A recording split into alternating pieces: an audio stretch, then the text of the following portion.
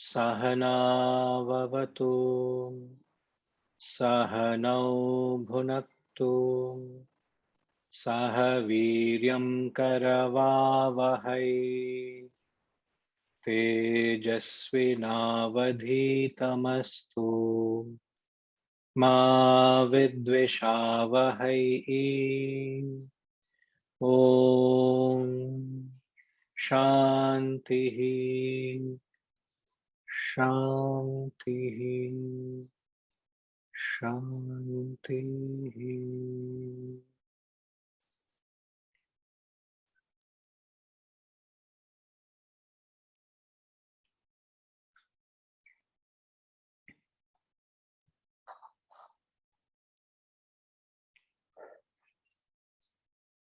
Balam balavata masmi kamaraga vivarjitam dharma viruddho bhuteshu kamosmi bharatarshobha ye chaiva sattvika bhavaha rajasastamasascha ye matta ye veti tan vidhi na tvaham teshu te mayi tribhir gunamayair bhavaihi ebhi sarvamidam jagat mohitam nabhijanati mamebhyah paramavyayam दैवी ह्येषा गुणमयी मम माया दुरत्यया मामेवं ये प्रपद्यन्ते मायामेतां तरन्ति ते न मां दुष्कृतिनो मूढाः प्रपद्यन्ते नराधमाः माययापहृतज्ञानाः आसुरं भावमाश्रिताः चतुर्विधा भजन्ते मां जनाः सुकृतिनोऽर्जुन आर्तो जिज्ञासुरर्थार्थी ज्ञानी च भरतर्षभ तेषां ज्ञानी नित्ययुक्तः एकभक्तिर्विशिष्यते प्रियो हि ज्ञानिनोत्यर्थम् अहं स च मम प्रियः उदाराः सर्व एवैते ज्ञानी त्वात्मैव मे मतम् आस्थितः स हि युक्तात्मा मामेवानुत्तमां गतिम् बहूनां जन्मनामन्ते ज्ञानवान् मां प्रपद्यते वासुदेवः सर्वमिति समहात्मा सुदुर्लभः कामैस्तैस्तैहृतज्ञानाः प्रपद्यन्तेऽन्यदेवताः तं तं नियममास्थाय प्रकृत्या नियताः स्वया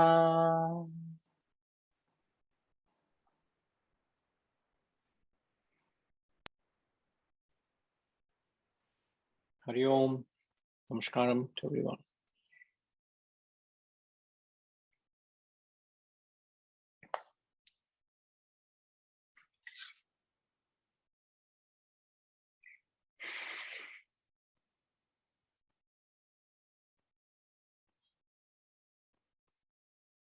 The last class we were on the 10th verse.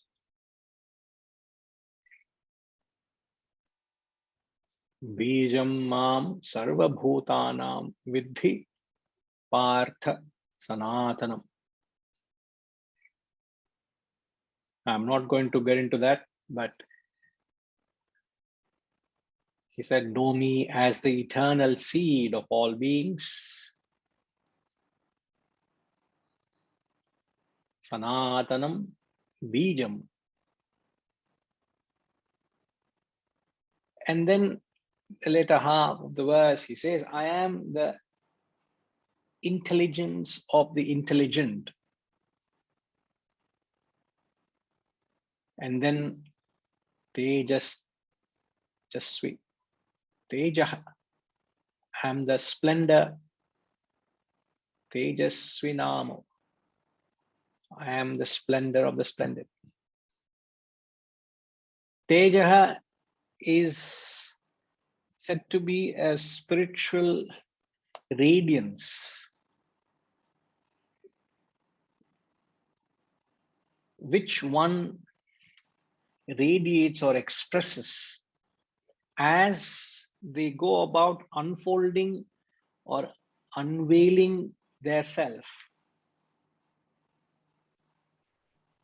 So the spiritual radiance is very much seen in a person who is spiritually evolved, because to that extent he has unfolded himself. So I am the Teja, the splendor of the splendid, that spiritual glow or the radiance as we call it. And then I am the Buddhi, Buddhimatam Asmi. I am the intelligence in the intelligent. Doesn't matter, you may be only very alpa buddhi, as alpa buddhi means you may only have a chicken intellect. Doesn't matter, even in that chicken intellect, I am the essence of the little intellect you have. It doesn't have to be a profound intelligence. However intelligent you are, I am the intelligence.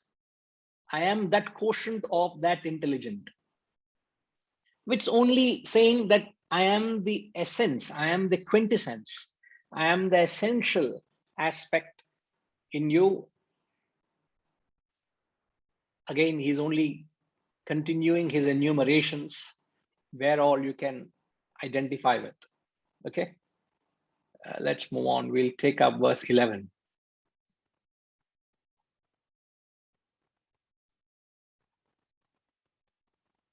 I think there is a correction in the first line.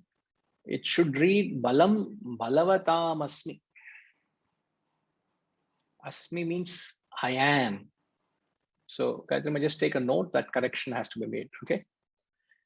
Balam Balavatam Asmi Kamaraga Vivarjitam Dharma Viruddho Bhuteshu Kamosmi Bharatarshabha. Balam Balavatam Asmi Kamaraga Vivarjitam Dharma Viruddho Bhuteshu Kamosmi Bharatarshabha. Now look at the choice of words. He says, "O Bharata Rishabha." Again, another name for Arjuna. He says, "O Arjuna, you are a bull amongst men. You are a strong man." A bull is known for its symbol of strength. A bull is known for its principle of service and sacrifice. You are the forefront, inspiring people. You are a bull amongst men. He says, I am the strength of the strong. Balam Balavatam Asmi. Kama Raga. Kamaha is desire. Ragaha is attachment. Vivarjitam is devoid of. So I am the strength of the strong, devoid of desire and attachment. And then the classic construction, I think this construction stands out. He says, I am in beings, dharma viruddha, something which is not opposed, not contrary to dharma. In beings, I am the desire unopposed to dharma.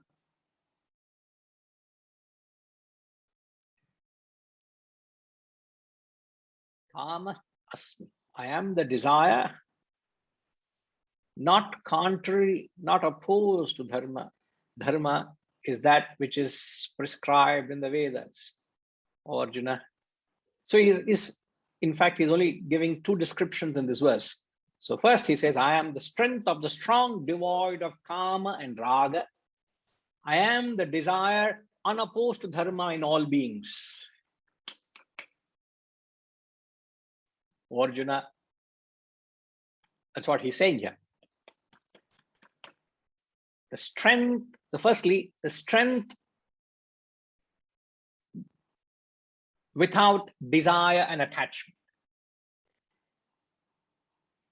So the concept you must understand, you get strength in any action. An action becomes strong, an action becomes potent, an action becomes powerful only when the elements of desire and attachment are eliminated from it. So to the extent you have controlled or eliminated, you start by controlling it, you evolve to a point where you eliminate. Control what? Your desire and attachment. Eliminate what? Your desire and attachment. So to the extent you have conquered, controlled, and eliminated your desire and attachment, I am that strength in the strong. The strength is not physical strength here, please. Any action gains strength. When does it gain strength?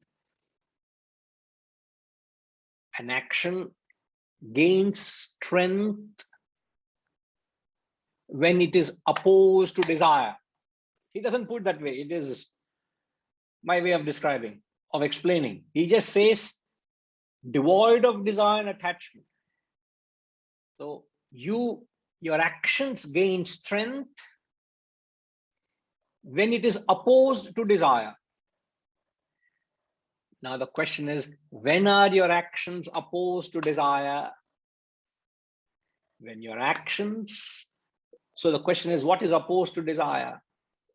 Remember, the desire, whenever the Shastras use the word kama, kama means desire, it always and always and always has a selfish, self-centered connotation. When they use the word desire, it only means selfish. It only means egocentric. So when they say control, conquer desire, means you are controlling and conquering the selfish attitude you bring into your action, and then the attachments you develop to objects and beings that you have obtained from the selfish pursuits. So kamaha is something which is invisible. Means kamaha is something which you have not obtained the desire, isn't it? You have a desire for something and you have not obtained it. You only have desires for things you do not have. You develop attachments for things you already possessed and acquired. So desire is for thing which is not obtained. Attachment is towards something you have obtained. Desire is for something invisible. Attachment is towards something which is visible. I'm just using new terms or a different description, but I'm saying the same thing. Now, what am I trying to explain here? Padminima, can you recap what I have been trying to explain?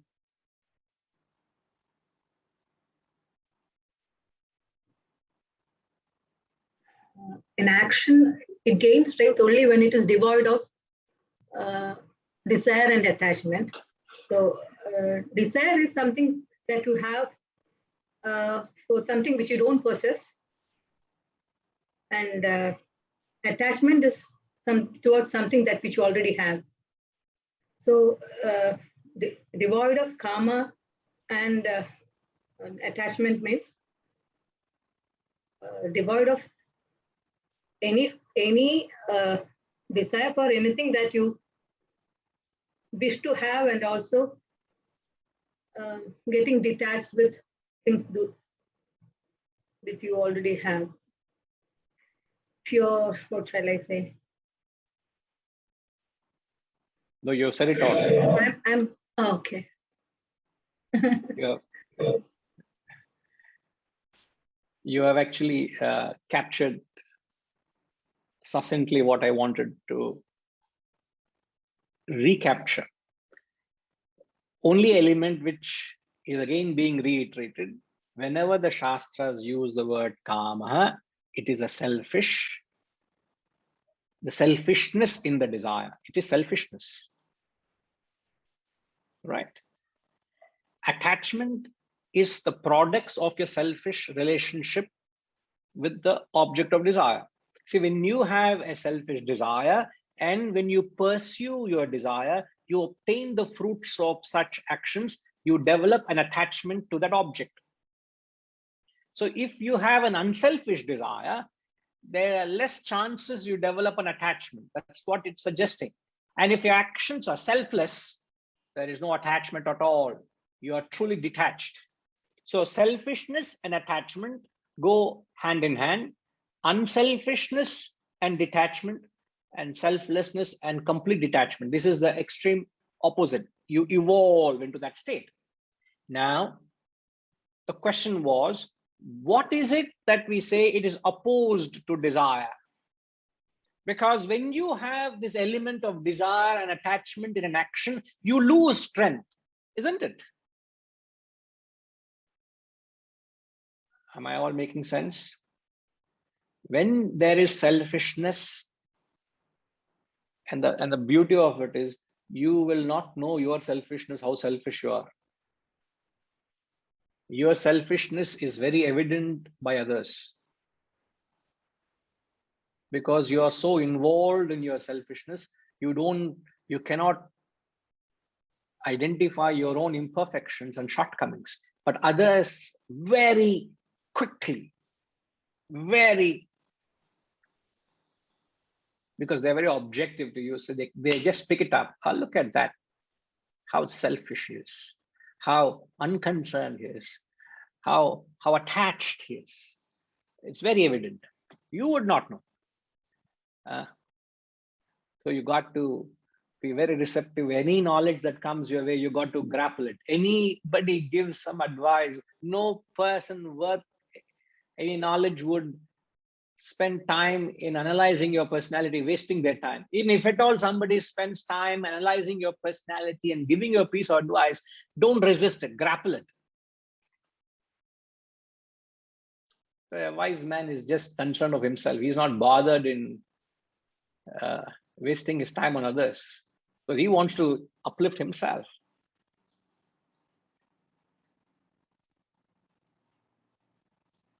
So the question is, what is it that's opposed to desire?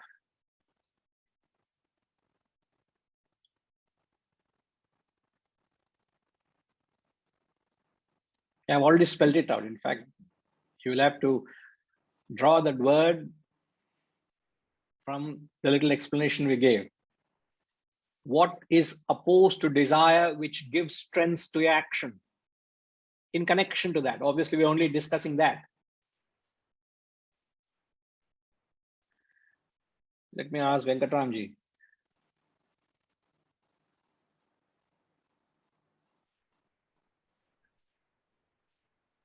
Yeah, so opposite of desire is not looking for the fruits of the action or a detachment kind of a thing.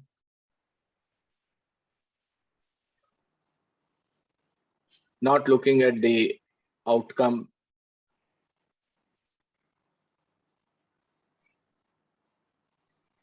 I mean, indifferent towards. the outcome of whatever action we perform.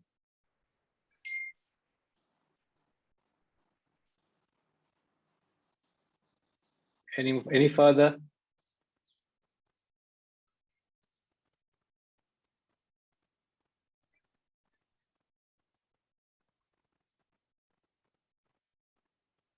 I'm not talking about the detachment to the fruits of action. I'm saying what is opposed to desire. No desire. No, I mean, how to, so. Correct. What is opposed to desire is not having any desire for the action you're performing. Now, when is it that you can make your actions without a desire, which gives strength to the action? Okay. So what obviously he's saying is what weakens your actions are your selfishness. Selfishness. Desire is selfishness. Okay. That's what we have synonymously said. What gives strength to your action? What gives conviction to your action? What gives potency to your action? What invigorates your action? Selfless. What inspires your action is your actions are when your actions are selfless. And how do you march toward selfless? Through unselfishness. And how do you reach from selfish to unselfish, unselfish to selfless? How do you take that leap? How do you take that step, the transition? What is the cause? The only thing that is instrumental in bringing about the transition from selfish to unselfish, from unselfish to selfless. What is that one word? If you don't have that, your actions are selfish. Remember that. If you don't have that word which I'm seeking for, your actions are invariably selfish. So selflessness you're talking about? No, sir. I've just said you need to evolve from selfish to unselfish, from unselfish to selfless. Am I right? Yes. My question is, what facilitates the transition from selfish to unselfish? Okay.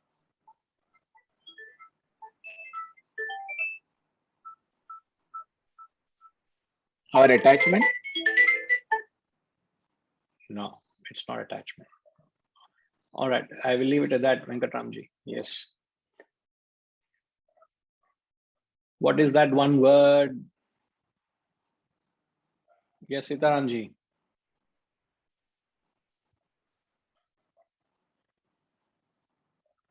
Can I be heard? Yes. My understanding is it will be when you have a higher goal.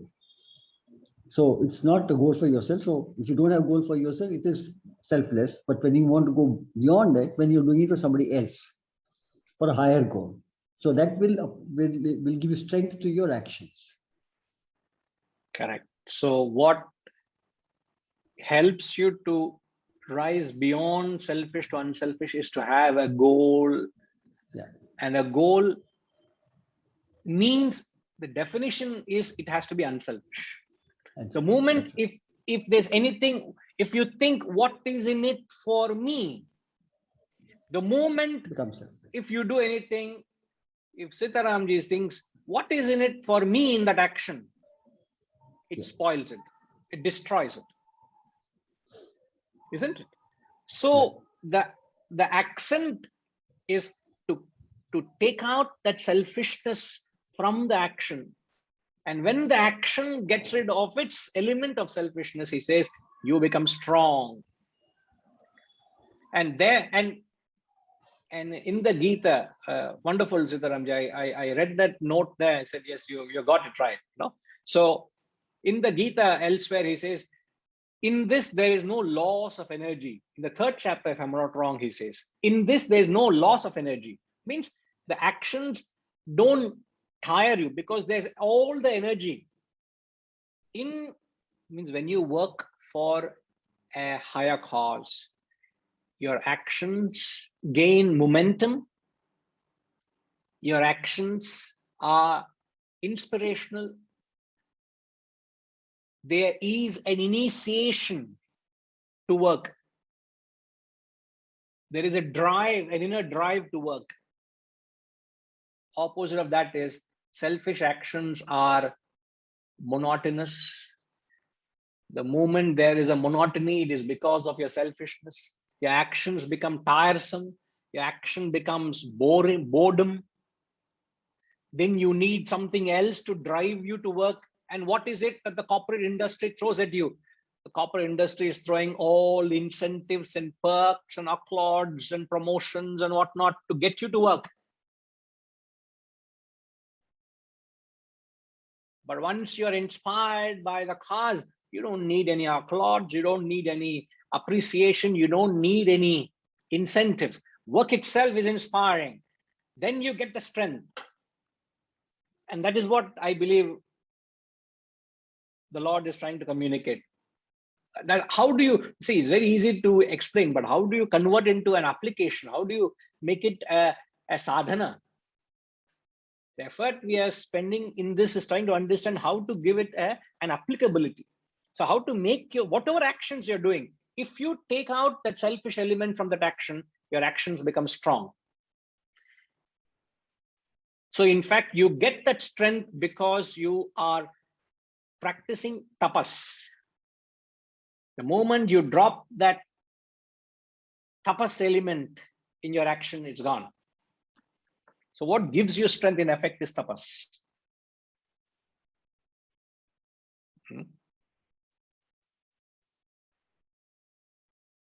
Yeah, so before I say further, I think Venkatamji, if you can just hold for a minute, please.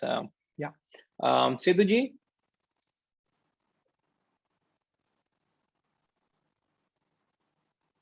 Hari Om Guruji. Hari Om, sir. I just wanted to share, Guruji, this I experienced in the last 6 months or so. For various causes, I talked to, the causes are all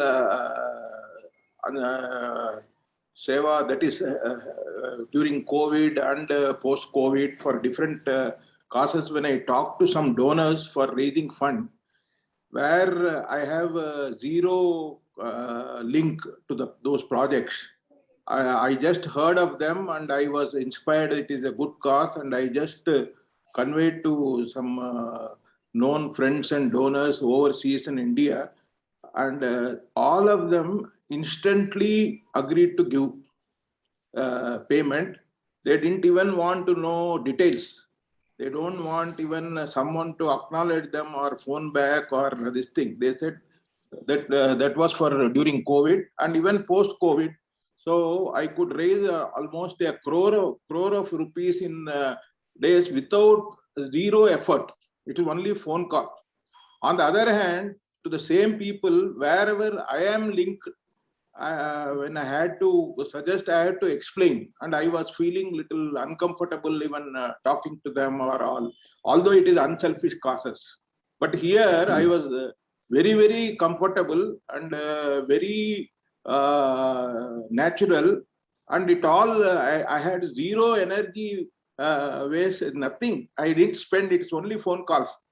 And a couple of them, they just, by the time I kept the call, the money was transferred. And they even requested they need not be acknowledged at all.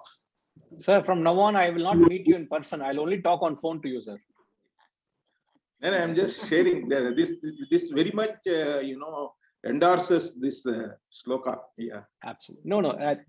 It is just that you are applying the principle as pure as you can apply it, and you see the law works. You become very hesitant when you want to seek a personal favor, isn't it? When you want something for yourself, there is no strength. You feel hesitant. But the moment you're representing a larger cause, a cause beyond yourself, you gain strength. I'm sure we understand in the corporate industry as well. When a union, when you are a leader of a union, how would you barge into the management's office?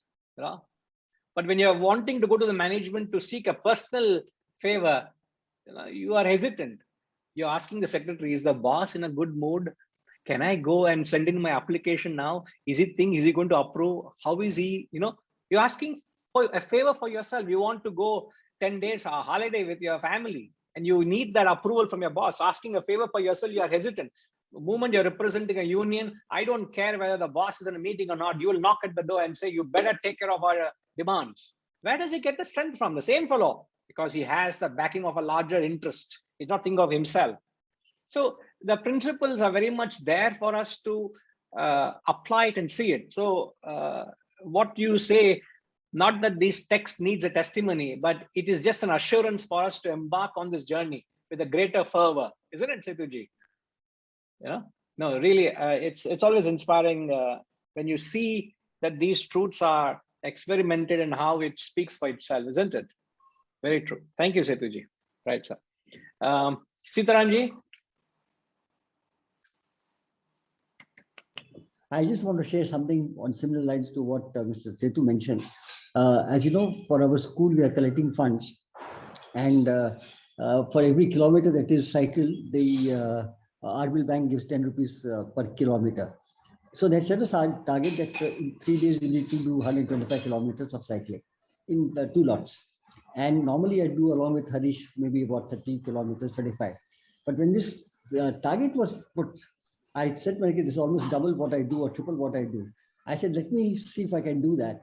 And I embarked on it with the confidence that, I'm doing it not for myself, for my fitness, which I normally do otherwise, but I'm doing for some higher cause, which is collecting funds for the school which we love so much.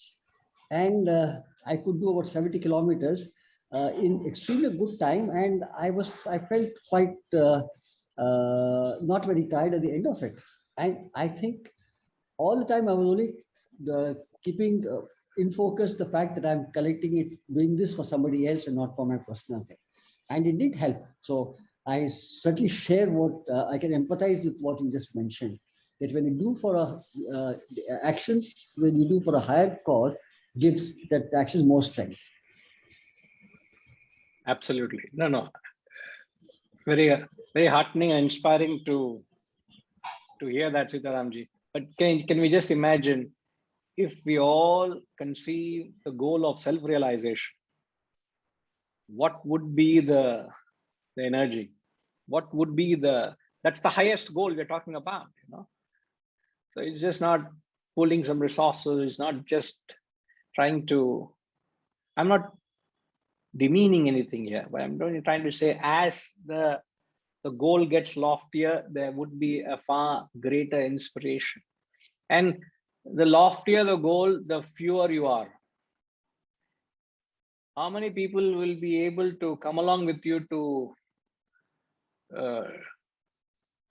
go for the summit, Mount Everest? Not many would have that capacity. So it becomes very exclusive. That's the reason he says, scarce indeed, one knows me in essence.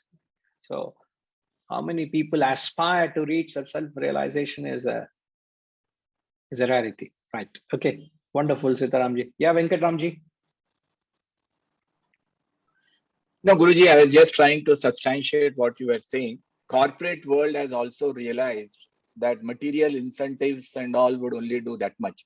That is why you see them speaking that align your employees to the larger purpose of what your organization is standing and stuff like that. Because these are pretty much, somebody else can also match.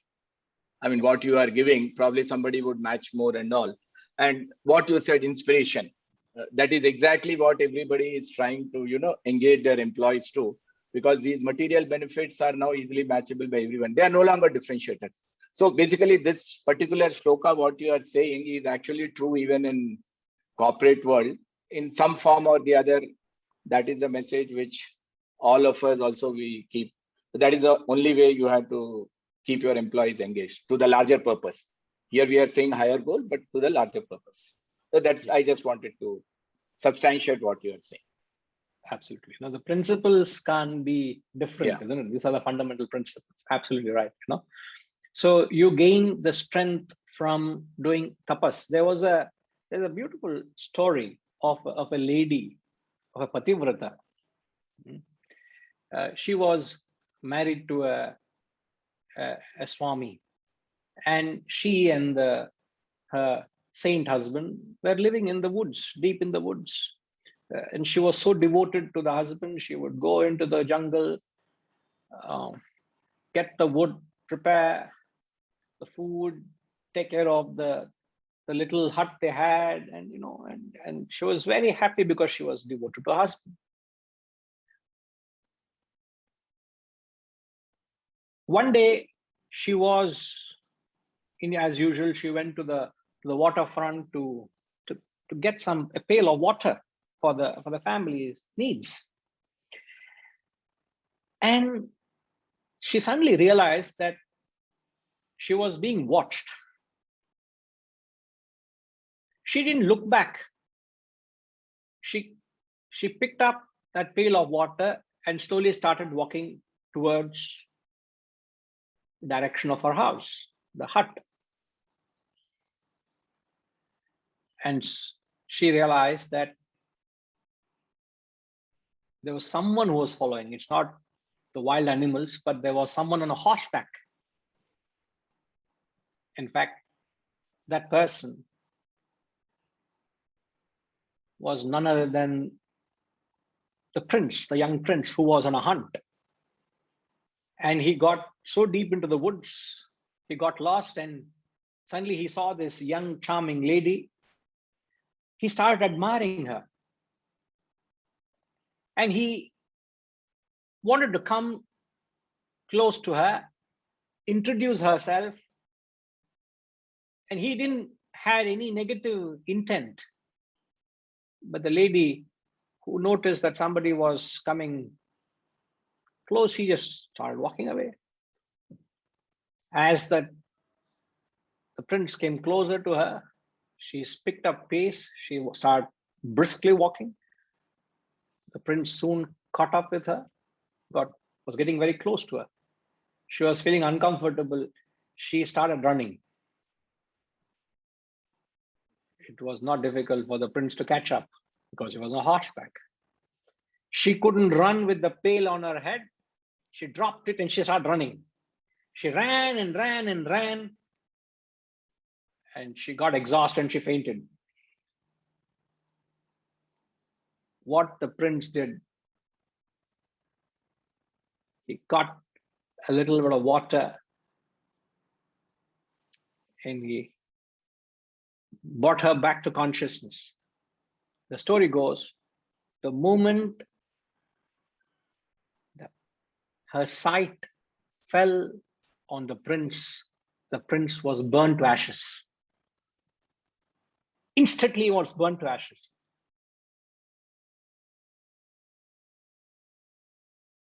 There the story ends. Huh? You all are looking for some more story, continuation. Sanjay, what is the message of the story? She did not walk away from the prince to save herself. She walked away from that prince to save him, not herself. And where did she get that strength from? Because of that enormous tapas she did. She was doing enormous tapas as much as her husband saint was doing. A seemingly innocuous story, but what gains strength is not falling a prey to your desire and not developing an attachment to the objects of your desire. She did enormous tapas. She was a great Pativrata. She served her husband. So however innocuous an action can be, once you do tapas, you gain strength. So the construction is balam balavatamasmi kamaraga vivarjitam. A very unique and a very beautiful construction. Sanjay?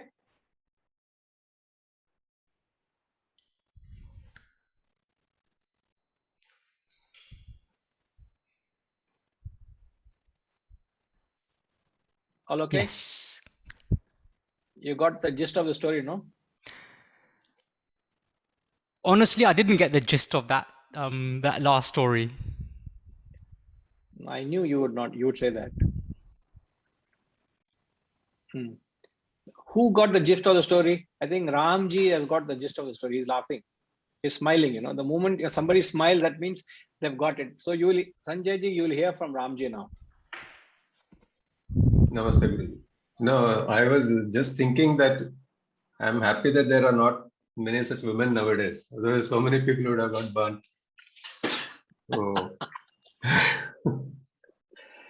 anyway, but I think the story basically says what you said earlier, that tapas element in action gives you the strength.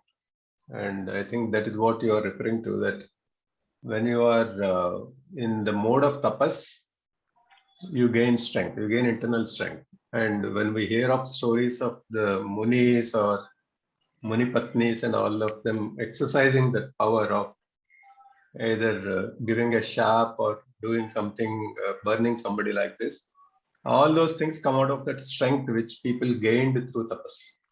And tapas is, as you explained, is selfless. It is the direction of selflessness that you do these actions, and that gives you the inner strength. I suppose that's what I picked up. I hope I'm correct. No, you're absolutely right. That's the implication. That's what that was being conveyed. They don't use. She didn't intend to use her power on him. It just happened that her sight fell on enemy, and he was burnt to ashes. The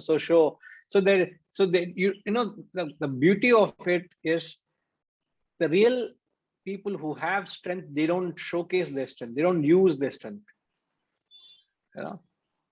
Those people who have knowledge also, they don't exhibit their knowledge. They're very unassuming. They're very humble.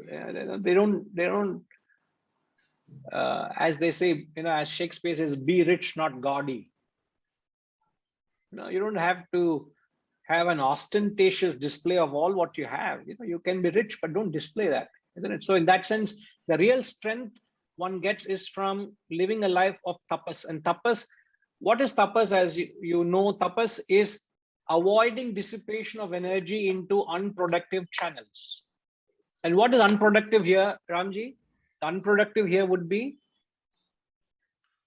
Unproductive is selfishness, basically. Correct. Because that dissipates your energy.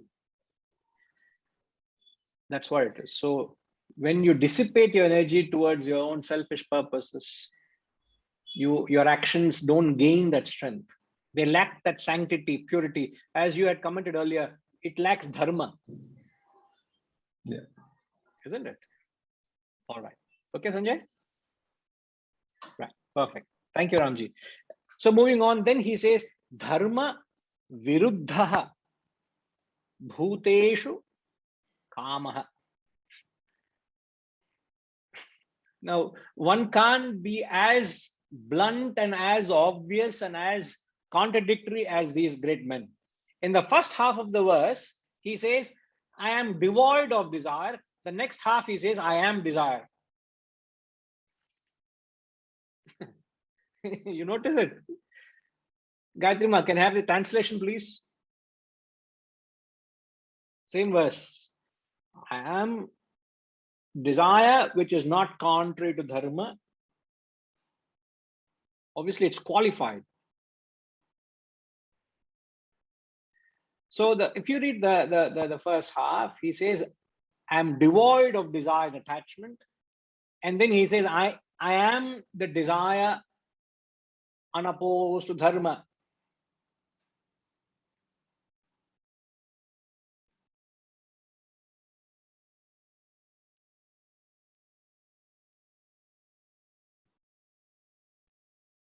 It's a fascinating, very, very unique construction. I tell you, you'll not get this construction anywhere in the scriptures. This is very, very unique. Now, thanks, Ma. So what it means, I am the desire which is not opposed to dharma. Now, what is it that is unopposed to dharma?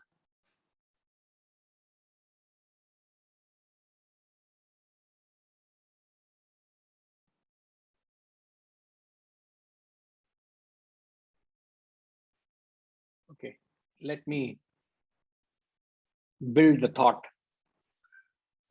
When you have a desire for an object,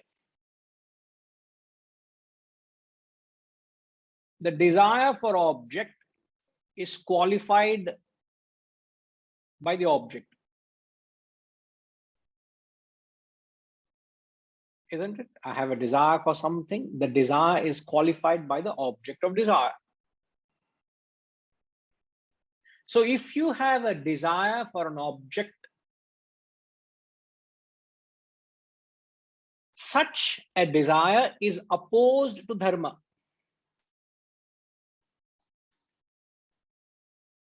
Isn't it? If you have a desire for any object, that is opposed to dharma, which is, as he says, the order of the Vedas, the scriptural injunctions. So when you entertain an objectful desire, I'm just trying to use two terms here: objectful desire, objectless desire. These two terms, please get a hold of that. Objectful desire and objectless desire. So any objectful desire, Ushama, are you following? Any objectful desire is a desire for the world. Such a desire is opposed to dharma.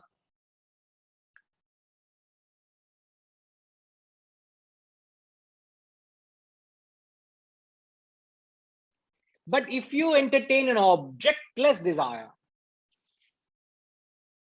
means what do? You drop the object from the desire. When you drop the object from the desire,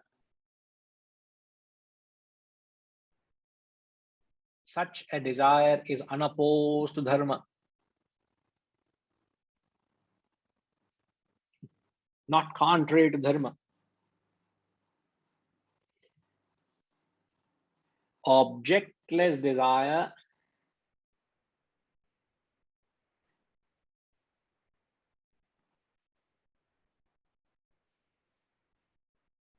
equals no desire. Objectful desire is desire for the world. Now, to understand it simply, what are the Vedas talking about?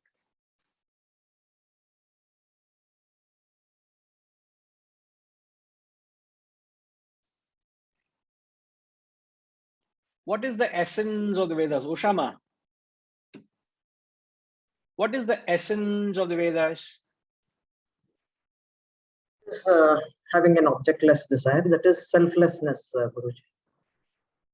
Now, what is the subject theme of the Vedas? Dharma.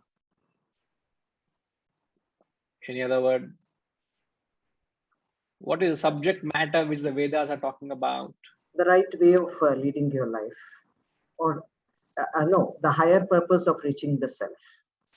The Shastras, the Vedas are only talking about reaching the goal of self. Yes.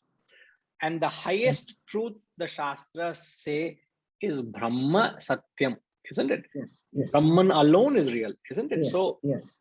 You should aspire to reach the goal of self-realization. Yes. Isn't it? Yes, Guruji. So the Vedas are only talking about getting to the goal of the self. Yes. So they are opposed to thinking of the world or the materialistic. Thinking of the world. Yeah. So when they say, I am a desire unopposed to dharma, which is the Vedas, which means I am a desire not for the world, but I am the desire for the self. For the self. Yes. Yes. That's all it means. In simple terms, he says, I am the desire for the self. I am not the desire for the world. I am not objectful desire. I am objectless desire. Yes. So remove the objects from your desire. you will get into a state of a Objectlessness. selfless desire, or Yes. the desire for the self, which is unopposed to dharma. Yes. Isn't it? This is an indirect way of, they put it indirectly with the only reason to make us think.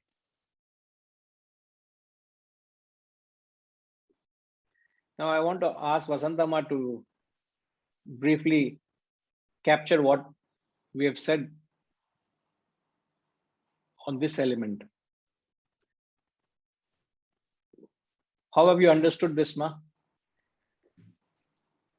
That is, our goal should be objectless, selfless desire for self-realization, as per the Vedas. We should all have that desire, not the desire for the world, worldly matters. But the moment we say desire, what did we use? What did we understand? Selfish motive. We said desire always means selfish, desire always means the world. So when they use the word desire and say unopposed to the Vedas, so the Vedas are opposing anything that is binding you to the world. So any desire which binds you to the world, they are against. It's not dharma. It is not dharma. So instead of saying desire for the self, he's saying I am the desire unopposed to the dharma. Dharma viruddha. Isn't that a beautiful construction? It's like saying I am water without hydrogen and oxygen. What does it mean? It cannot be. No. 1 minute. Don't say cannot be. Okay. Yes, understood. What you understood? I am a desire. Desire. I am desire unopposed to dharma equals no desire, isn't it? Isn't that what we are concluding? I am desire unopposed to dharma means no desire for the world, desire for the self. Now, putting in an example way, as Venkatramji also said, he wants example. He didn't want a story, he wanted example. So he knows my story skills. Never mind. I'm very angry at you all. Huh? Never mind. Now, what is the example I said? I am water without hydrogen and oxygen, which is what?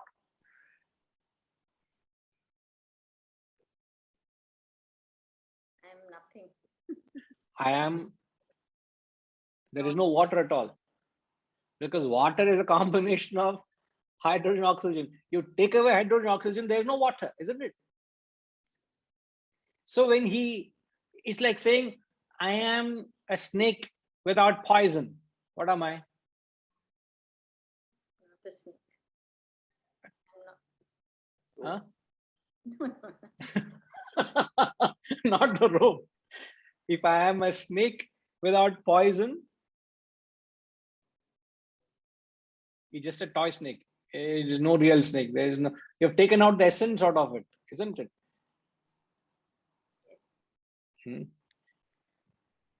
So I am a desire without the world. I am an objectless desire is no desire. That's why I use the word objectless, objectful. Now all our desires are objectful, isn't it? Whether you have a physical desire, whether you have an emotional desire, whether you have an intellectual desire, you are seeking something in the world. Isn't it? Selfish. There is some element of the world, of the object involved. So even thanks, Ma. So even the thought of reaching God is opposed to God. Ultimately, the thought of reaching the God is opposed to God. Ultimately, the thoughtless state is God realization. It's like your desire to sleep keeps you awake, isn't it? So when would you sleep?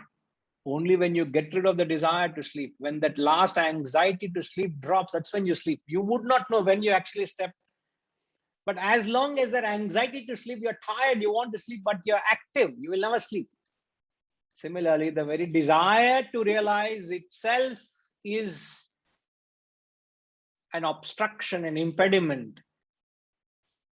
So when he says, I am a desire which is devoid, unopposed, contrary to, non-contrary to dharma,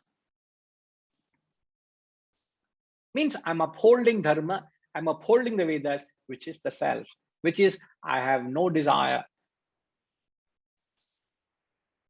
Outstanding. It's a very beautiful construction. And that is what all gurus are trying to say. What does Buddhism, what did Lord Buddha try to teach? Buddha did not try to teach this concept of nilness. Nilness. What does nilness mean?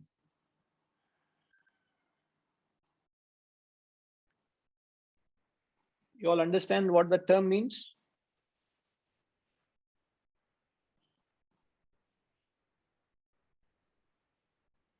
Badriji, because your name rhymes very close to Buddha. Therefore, I'm asking you. Bring me in trouble, sir. Hope I didn't ask this question.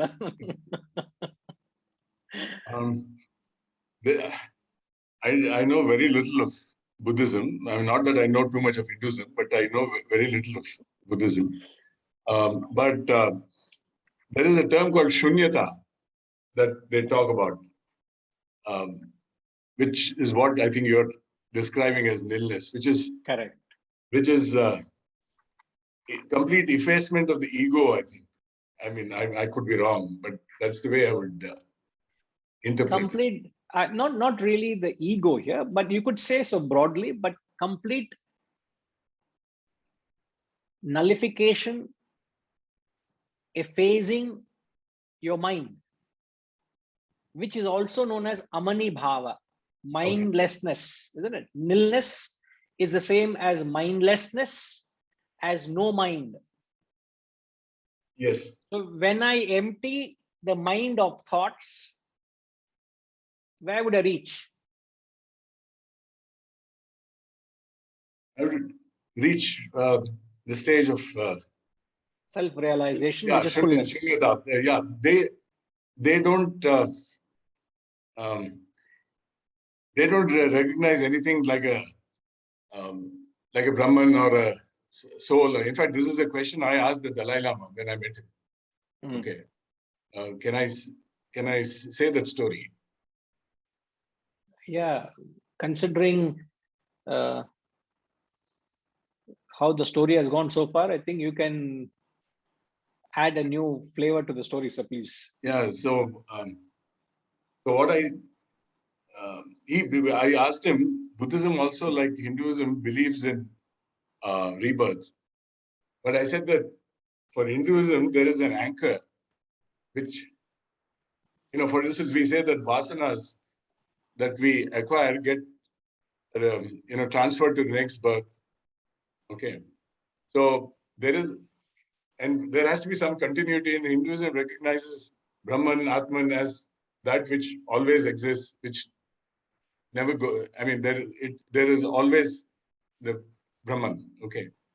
Buddhism doesn't recognize that. So I asked him, then how do you explain rebirth? And they try to prove rebirth by showing all kinds of articles. For instance, when the Lama dies, they say that they pick up a young boy and make him, they keep an assortment of objects possessed by the dead Lama. And if he identifies correctly the objects of the dead Lama, they'll say he's a reincarnation of the dead Lama. Okay. So there is some transference of memory, if nothing else. Now, how do you explain that when you don't recognize something called a Brahman or an Atman? Okay. So his answer was that there is something like a subtle body. So when you lose the body in death, what you're still left with a subtle body. And it is the subtle body which gets transferred into the next birth. So I thought that was, just another way of, if you keep getting more and more subtle, like from your teachings, we have understood that Brahman is the most subtle thing. So it's just another way of saying, there is something called Brahman. Okay. So they like to talk about Shunyata as if you're in a state of nothingness. Whereas I think we talk about Shunyata from the point of view of merging into everythingness, which is different from merging into nothingness. Anyway, I think I've revealed more of my ignorance than anything else. But that's the answer I got from. Sir, should I comment something, sir? Yes. The union of the wisdom family or the wisdom parivar will ban me and you from telling any more stories from now on. So I am happy I've got someone in the club. So we must refrain from telling any more stories, sir. Sure. I was awaiting a story when you said, can I tell my story, But you only spoke pure philosophy, sir. Well, it was my experience with him that I spoke. That's why it was. I'm just kidding. No. Yes, you're right. You're right. In fact, if you take it literally, they're saying the same thing. We are saying the same thing. So since the ultimate state of self-realization cannot be described, it is described from a limited standpoint. So if I empty myself, I gain the totalness of fullness. So you gain the totality when you get rid of the individuality. So individuality is carved out of your own thoughts. So when your thoughts are extinct, there is no individual, you become the totality, the self. All right. So what we need to understand the construction here is when he says I am a desire, unopposed, contrary, not contrary to dharma, which means I am getting into the state where I entertain no desire with reference to the world. I have all desires with reference to the self. So you can say, in the sense, it is a desireless desire. I have a desire for the self, but there's no desire for the world. It's a very, very high state. In fact, a state where you have that selfless actions, and actions become selfless only when your goal is towards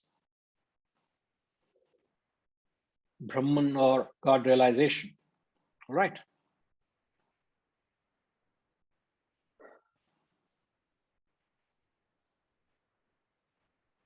So I would leave at that.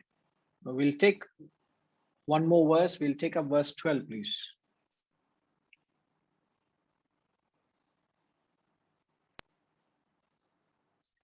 Sachaiva sattvika bhavaha rajasastamasaschaye mattaye veti tan vidhi natvaham teshu te mayi ye chaiva sattvika bhavaha rajasastamasaschaye matta eveti tan vidhi natvaham teshu te mayi. Now, verses 12 to 15, he is talking about the third topic, where he says the vicious do not know or seek Brahman. This is the topic for verses 12 to 15. Here he says, and whatever natures that are sattvika, rajasika, and tamasika, these know as from me alone. Means they are born out of me. I am not in them, but they are in me.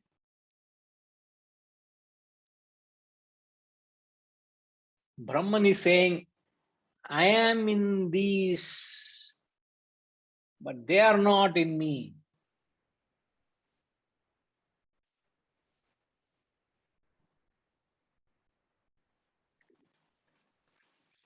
He makes a contradictory statement, an apparent contradiction. They are in me, but I am not in them. What do you mean?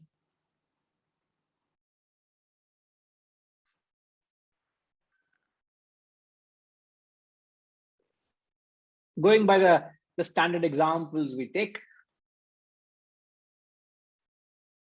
the snake has emerged from the rope, right? The rope is saying, the snake is in me, but I am not in it. I repeat, snake has emerged from the rope. The sattvika, rajasika, tamasika, all these beings have emerged from me. They are in me, I am not in them.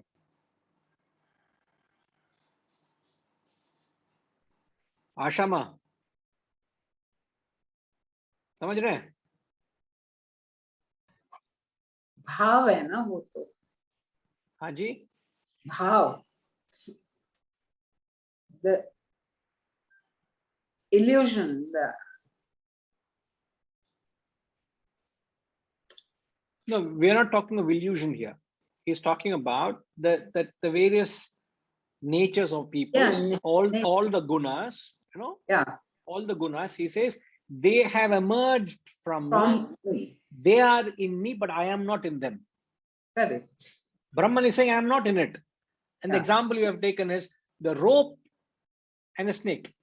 The snake has emerged from the rope. Yeah. That is The our rope- illusion, no?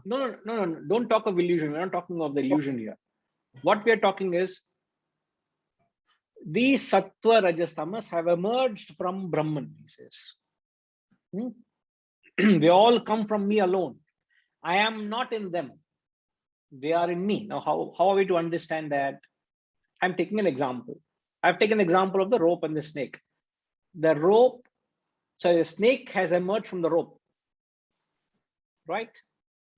Yes. The rope is saying, snake is in me. I am not in them. I am not in it. What does it mean?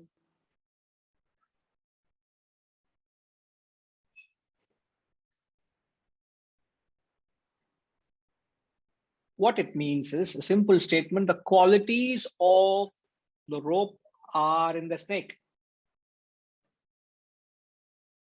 Okay. The qualities of the rope are in the snake, but the qualities of the snake are not in the rope. So the snake seems like me, but it's not the same.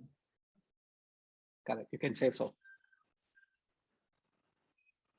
So the qualities of the rope are in the snake, but it's not the other way around. Correct. So the sattva, rajas, tamas, which has emerged from me, I am in them, but they are not. Sorry, they are in me. I am not in them. I'm not in. Other way around. I am Yeah. not in them. It's like it's easier understood with example. So rope, the qualities of the rope are in the snake. So the qualities of the snake are not in the rope. Correct. What's the qualities of a snake? Poison. Poison. That is not there in the rope.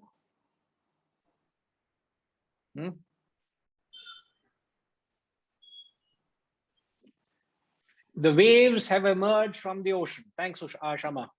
The Tajima boliye. The waves have emerged from the ocean. Now, how do you complete the sentence? The ocean is part of the waves only. It's not, the waves are not the ocean. It belongs to the ocean, but the ocean is not belonging to the waves. It's part of the whole. You are giving your version of the verse. The verse says, I am not in them, but they are in me. Yes. What was the statement we made with reference to the rope and the snake? The qualities of the wave belong to the, No, repeat the are statement with from reference the to ocean. with reference to the snake and the rope. You tell first. The qualities Quality of the rope are in the snake, but the qualities of the snake are not in the rope. correct. Now come to the example of the ocean and the waves. The waves have emerged Quality from the of ocean. the Hello, 1 minute. The waves have emerged from the ocean, just like the snake has emerged from the rope, right? Now, wherever did you write down the sentence? rope equals ocean. Rope equals ocean, wave equals Snake. Now replace those two terms. Qualities of very the easy. ocean are in the wave. The qualities of the wave Waves. is not in the ocean. Now, what are the qualities of the waves? It rises and settles, and it can be big, it can be small, it can be, And then again it dies. merges into the ocean. So there is birth, there is existence, there's death. That doesn't exist. I am not subjected to birth, existence, and death. But waves are born, waves exist, and wave dies. But I am not subjected to that. They are in me, but I am not in them. Ocean is saying, I am not going through the same change of the waves of birth, existence, death, but they are in me. I am not in them. So don't understand me as that which is subjected to these gunas of sattva, rajas, tamas. Atman, Brahman has no characteristics, no gunas, no qualities. They are in me. I am not in them. So you can't understand me by their nature because I am attributeless. See, look at the way he is trying to convey. Even a seemingly innocuous, contradictory statement, he is giving us such a beautiful philosophical message, isn't it?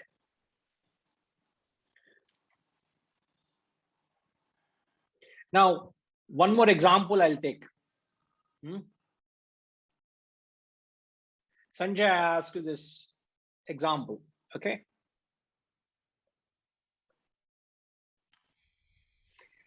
Take the example of the screen in the theater and the fire and the flood. How do you construct the sentence?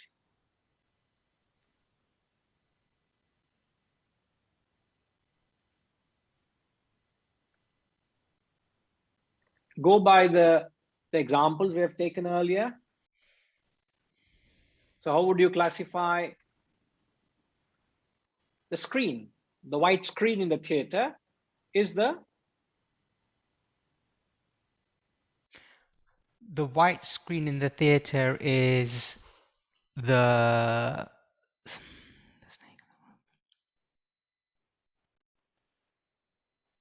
I want to get this. It makes sense. It makes sense in my mind, but the white screen in the theater is the rope. Is the ocean. So is the ocean. Yes. Is the rope, isn't it? Okay. And then there is the play of the conflagration, the fire and the flood, which is akin to the creation of a wave or the emergence of the snake. I'm just extending the example a little bit, just be a little accommodative. Now, having set these two in the right compartments, now can you frame the sentence? Can I ask you to repeat what was said before you come to this? Can you repeat the sentence, what was said with reference to the rope and the snake, just to ensure that you have understood it? What was the sentence we said? Did you jot it down? I didn't jot it down, but in my mind, it's this, the snake is in the rope, but the snake is in the rope, but the rope is not the snake. Not in the snake. Not in the snake. Yes, that's perfect. And then extending it to the example of the ocean and the waves. So the wave is in the ocean, but the ocean is not in the wave. Perfect. Perfect. And therefore the fire is, sorry. Yes, therefore to the last and example. Therefore the fire is on the screen, but is in the screen, but the screen is not in the fire. Why is the screen not in the fire?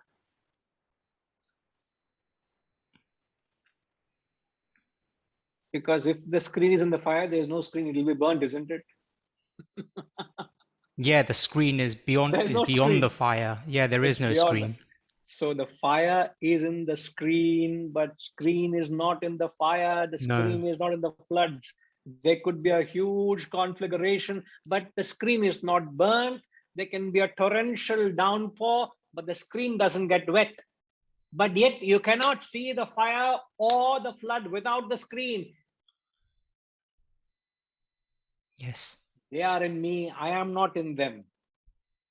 So so it only helps you understand the concept better. So the three examples of the rope and the snake, the ocean and the waves, and the screen and the fire helps you understand when he says,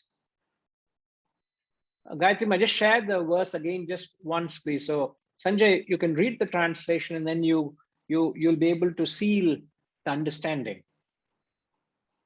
Yes, please. And whatever natures that are sattvika, rajasika, and tamasika, know these as from me alone. I am not in them, but they are in me.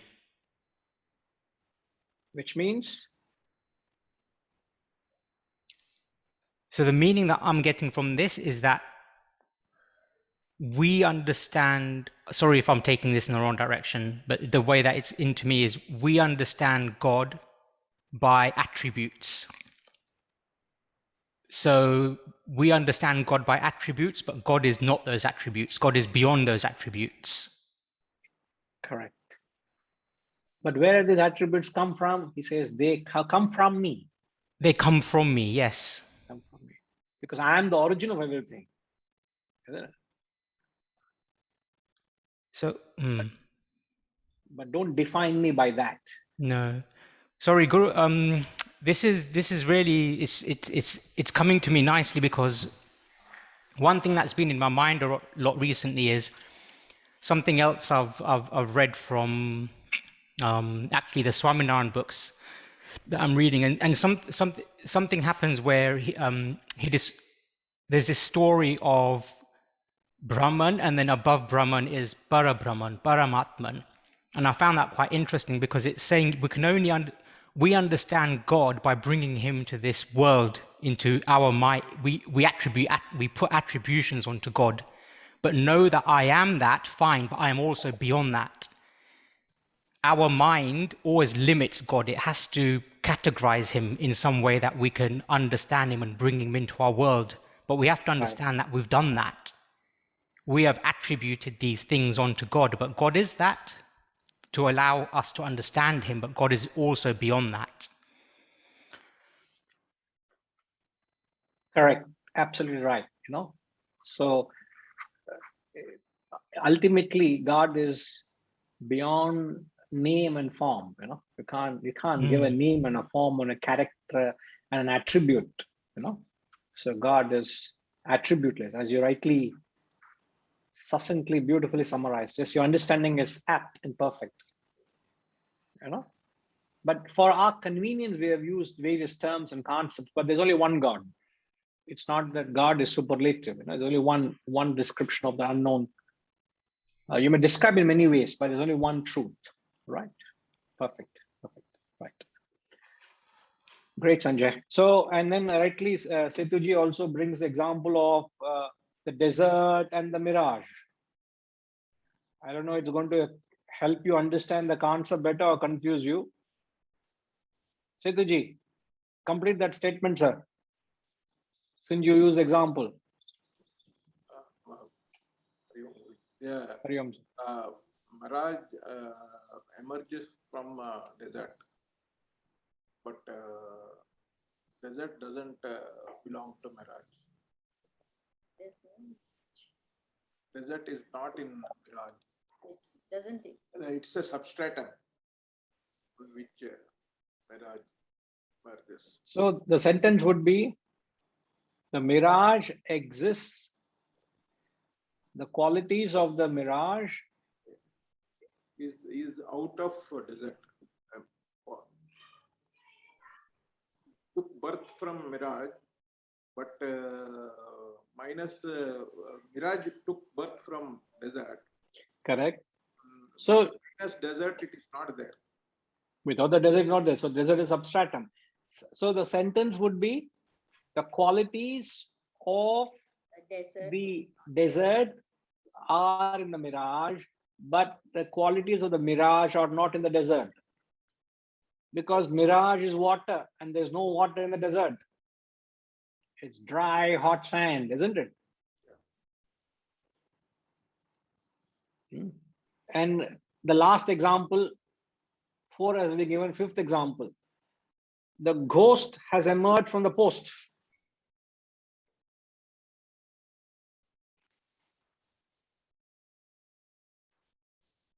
Now, how do you conclude this?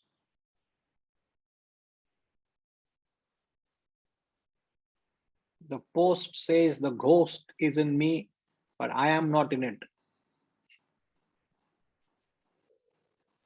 Where there was a post, you saw a ghost. The post is saying, I am in it, but it is not. It is in me, but I am not in it. I am not in them. They are in me. The ghost is in me. I am not in the ghost.